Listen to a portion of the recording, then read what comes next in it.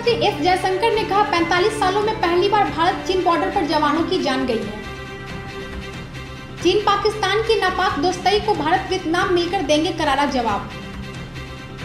NCC कैडेटों के online प्रशिक्षण को लेकर रक्षा मंत्री राजनाथ सिंह ने किया मोबाइल ऐप का शुभारंभ। केंद्रीय मानव संसाधन मंत्री रमेश पोखरियाल ने कहा 23 लाख परीक्षार्थियों में से अधिकतर चाहते हैं कि जेईई मेंस और नीट की परीक्षा हो। वित्त मंत्री निर्मला सीतारमण आज दिल्ली में वीडियो कॉन्फ्रेंसिंग के जरिए 41वीं जीएसटी काउंसिल की बैठक की अध्यक्षता कर रही हैं।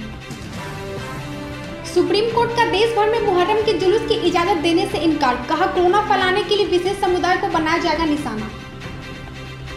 पश्चिम बंगाल में हर हफ्ते के 2 दिन के लिए पुनः लॉकडाउन का हावड़ा में दिखा व्यापक असर।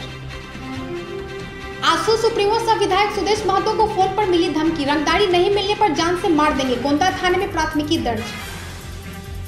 कोरोना महामारी के बीच जम्मू में जिला प्रशासन ने घर घर जाकर डोमिसाइल सर्टिफिकेट बांटना शुरू किया।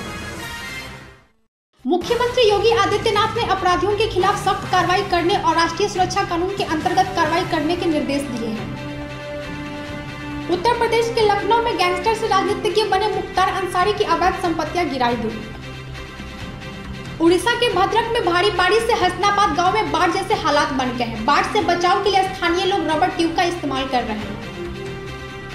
भारत की पहली कोरोना टेस्ट किट को मिली आईसीएमआर से मंजूरी, 20 मिनट में मिलेगा रिजल्ट। हिंदुस्तानी आवाम मोर्चा के अध्यक्ष जीतन मांझी का दावा, 30 अगस्त को जदयू के साथ गठबंधन पर होगा अंतिम निर्णय। बेंगलुरु पुलिस ने पकड़ी गांजे की अब तक की सबसे बड़ी खेप, करोड़ों में है कीमत। कोयला वाले घरों को रोशन तो करते ही हैं, बच्चों का भविष्य भी संवारते हैं।